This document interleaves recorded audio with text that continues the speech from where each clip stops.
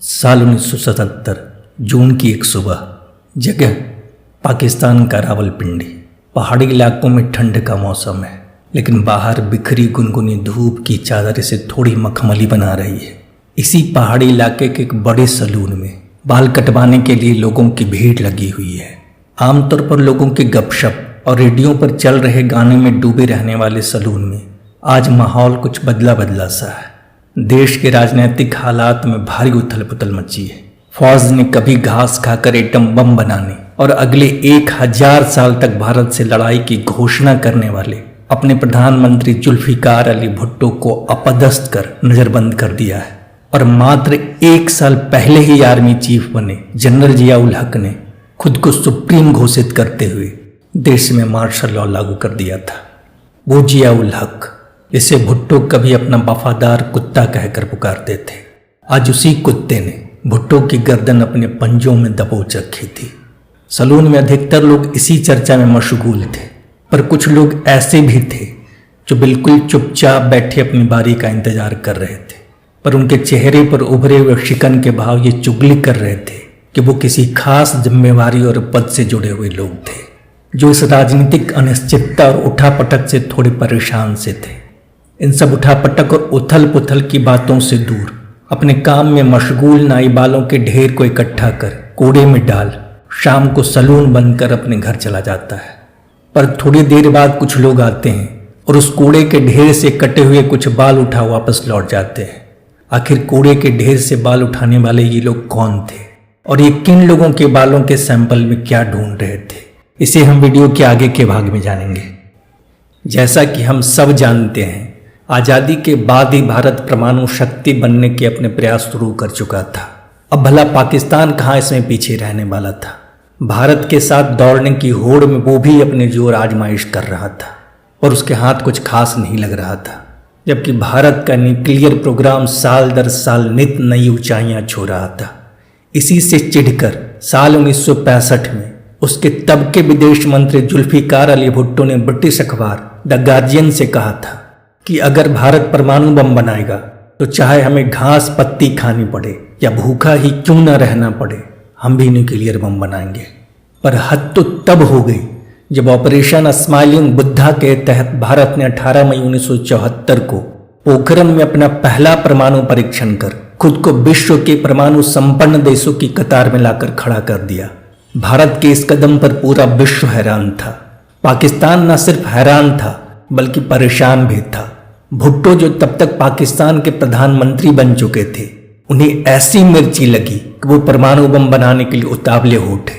उन्होंने पाकिस्तान के nuclear physicist doctor AQ Khan यानी अब्दुल कदीर खान, जो उस समय नीदरलैंड के फिजिकल डायनामिक्स रिसर्च लेबोरेटरी में काम कर रहे थे, उन्हें अप्रोच किया और उन्हें पाकिस्तान बुलाकर पाकिस्तान के न्यूक्लियर प्रोग्राम की कमान सौंप दी। पर यह कहा जाता है कि डॉक्टर AQ खान को नीदरलैंड में पाकिस्तान के एक एजेंट के रूप में प्लांट किया गया था और वे अपनी नौकरी की आड़ में न्यूक्लियर वेपन्स टेक्नोलॉजी, इसके क्रिटिकल डॉक्यूमेंट्स और यूरोपियन सप्लायर्स की डिटेल चुराते रहे थे। और एक दिन अचानक अपनी डच बेबी और बच्चों के साथ नीदरलैंड से गायब हो गए। सच जो भी हो, पर पाकिस्तान में आकर उन्होंने खान रिसर्च लेबोरेटरी यानी KRL की नींव डाली और फ्रांस और चीन की मदद से पाकिस्तान का न्यूक्लियर प्रोग्राम आगे बढ़ाने लगे।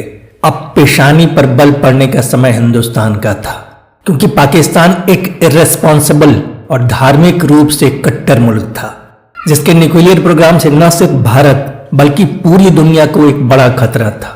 और वैसे भी उसके न्यूक्लियर प्रोग्राम का एकमात्र एजेंडा था भारत विरोध। पर सिर्फ हिंदुस्तान ही नहीं था जो पाकिस्तान के न्यूक्लियर प्रोग्राम से चिंतित था, बल्कि एक मुल्क और था जिसकी चिंता हिंदुस्तान से रत्ती भर भी कम नहीं थी, और वो मुल्क था इजराइल। KRL के स्थापना के साथ ही AQ खान नॉर्थ कोरिया की राजधानी प्योंगयांग के दौरे पर दौरे कर रहे थे।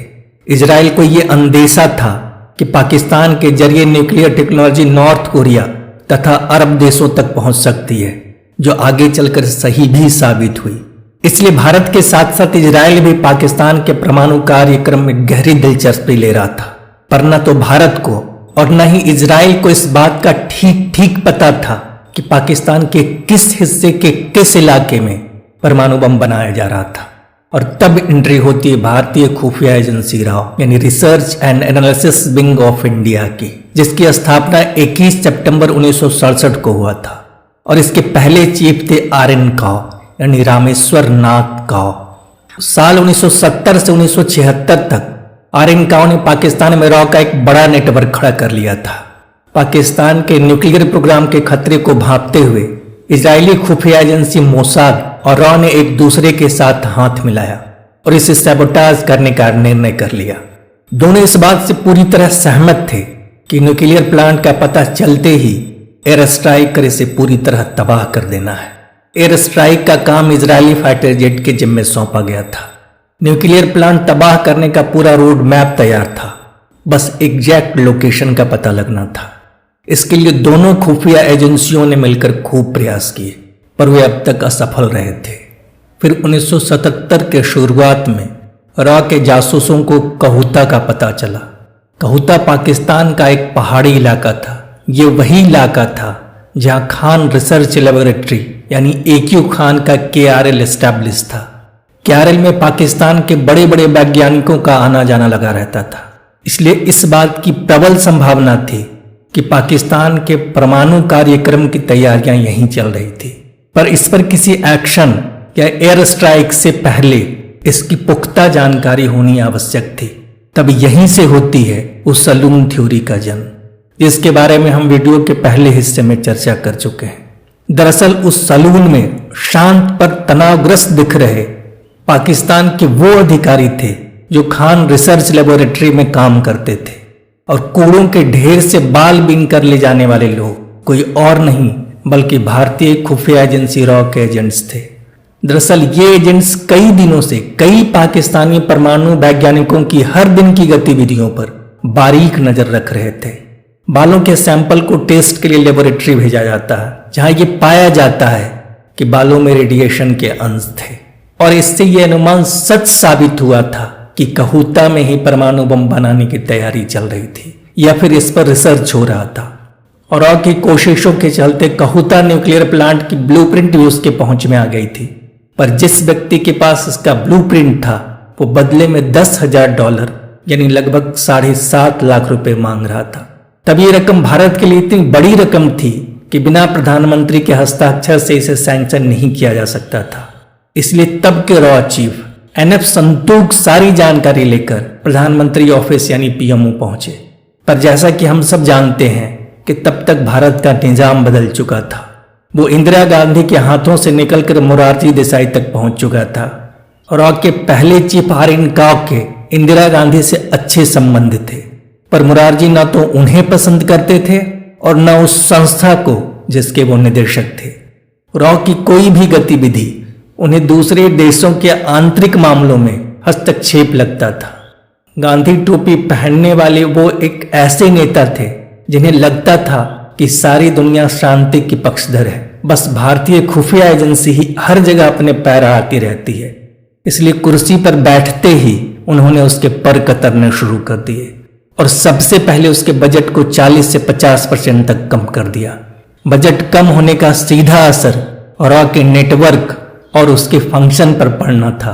कौन ने इसका विरोध किया, पर न तो उन्हें इससे कोई फर्क पड़ने वाला था न पड़ा। परिणामतः काव ने रिजाइन कर दिया। RN काव के बाद आए दूसरे रॉ चीफ ने भी उन्हें समझाने की बहुत कोशिश की, पर अड़ियल मोरारजी ने उनकी बात माननी तो दूर बल्कि ये सख्त निर्देश जारी कर दिया कि पाकिस्तान में रॉ द्वारा चलाए जा रहे सारे ऑपरेशंस को तुरंत प्रभाव से बंद किया जाए। उनका मानना था दोस्त बदला जा सकता है पर पड़ोसी नहीं, इसलिए हम पाकिस्तान के साथ सारे मामले एक दूसरे के गले लगकर और शांति से बैठकर सुलझाएंगे।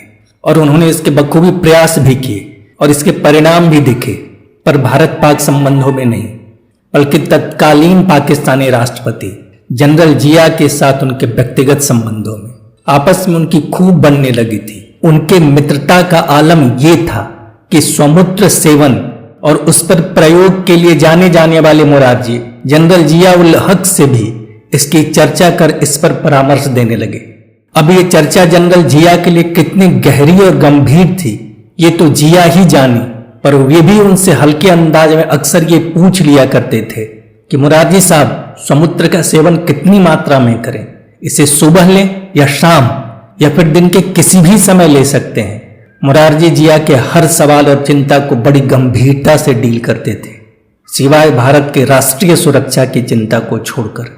इसलिए जब संतूक साहब मुरारजी के पास कहूता परमाणु संयंत्र के ब्लूप्रिंट पाने के लिए $10,000 सैंक्शन कराने का प्रपोजल लेकर गए तो वे सिरे से भड़क उठे। वो इस बात से काफी नाराज हुए कि उनकी मनाही के बावजूद पाकिस्तान में रॉ की ऑपरेटिव्स वर्क करते रहे। उन्होंने न सिर्फ पैसा सैंक्शन करने से मना कर दिया, बल्कि फिर से पाकिस्तान में चल रहे रॉ के सारे ऑपरेशंस को तुरंत बंद करने का आदेश दिया। बात अगर इतनी ही तक रह जाती तब भी कोई बड़ा नुकसान नहीं था, बस रॉ के इस ऑपरेशंस को थोड़ा धक्का लगता। पर जाहिल और अड़ियल मुरारजी ने वो काम किया जिसका दंश भारत कई दशकों तक झेलता रहा। उसने न सिर्फ सारे इंटेलिजेंस इनपुट लीक कर दिए, बल्कि अपनी शेखी बघारते हुए जनरल जिया से कहा, जनरल साहब हमें आपके सारे सीक्रेट मिशंस का पता लग गया है। थोड़ा चौंकते हुए जनरल जिया ने जब और क्लियर होना चाहा तो मुरारजी ने कहा, आप कहूता में क्या कर रहे हैं, हमें आपकी हर बात की खबर है। इतना सुनते ही जनरल जिया एक्शन मोड में आ गए। उन्हें समझ आ गया था कि रॉ के एजेंट कहूता तक पहुंच गए हैं।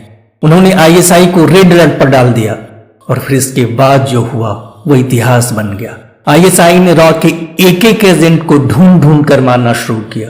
वो एजेंट्स जो किसी नौकरी या पैसे के लिए नहीं, बल्कि सिर्फ अपने देश के लिए, अपने घर परिवार से दूर, अपनी जान हथेली पर रखकर अपने देश से अपनी वफादारी निभा रहे होते हैं। उन्हें अपने एक जाहिल प्रधानमंत्री के कारण न सिर्फ दुश्मनों की असहनीय क्रूरता और बर्बरता झेलनी पड़ी, बल्कि अपनी जान भी गंवानी पड़ी। इगोइस्टिक और नेशनल सिक्योरिटी जैसे संवेदनशील मुद्दों पर बेहद ही शर्मनाक और गैर जिम्मेवार रवैया रखने वाले मुरारजी के कारण हमने न सिर्फ अपने देशभक्त जवान खोए, बल्कि 10 साल की कड़ी मेहनत से पाकिस्तान में तैयार किया गया रॉ का पूरा नेटवर्क भी तबाह हो गया और इसके साथ ही ऑपरेशन कहूता का दर्दनाक अंत हो गया। रॉ के वो एजेंट जो इस अड़ियल प्रधानमंत्री के बेवकूफाना हरकत से पाकिस्तान में शहीद हुए, उन्हें न तो अपने देश की मिट्टी नसीब हो पाई और न ही उनके परिवार वालों को उनका अंतिम दर्शन। पर राजनीति की विडंबना और देश का दुर्भाग्य देखिए। देश पर मर मिटने वाले उन वीर शहीदों को तो हम कुछ नहीं दे पाए, पर भारत द्रोह की सीमा पर खड़े इस जाहिल प्रधानमंत्री को भारत रत्न दे गए। 1991 में उन्हें उन्हीं की पार्टी की सरकार ने इस सर्वोच्च नागरिक सम्मान से सम्मानित किया। यहाँ पाकिस्तान भी अपनी वफादारी दिखाने में पीछे नहीं रहा। जनरल जिया उल हक ने आगे चलकर मुरारजी के एहसान का कर्ज चुकाते हुए 1988 में पाकिस्तान के सर्वोच्च नागरिक सम्मान निशानी पाकिस्तान से सम्मानित किया। देसाई ये सम्मान पाने वाले पहले और 2020 तक इकलौते भारतीय थे। 2020 में हुर्रियत नेता सैयद अली शाह गिलानी को भी इस सम्मान से नवाजा गया। अब जरा सोचिए, पाकिस्तान रत्न पाने वाले इन दोनों नेताओं की सोच और समझ में कितनी समानता रही होगी। इस मामले में एक नया मोड़ तब आया जब 1981 में इंदिरा गांधी एक बार फिर से प्रधानमंत्री बनी। इराक में हुई एक घटना ने दोबारा ऑपरेशन कहूता को जीवन दान दिया। दरअसल 7 जून 1981 को इजराइल ने इराक में बन रहे एक परमाणु रिएक्टर पर हमला कर उसे नष्ट कर दिया।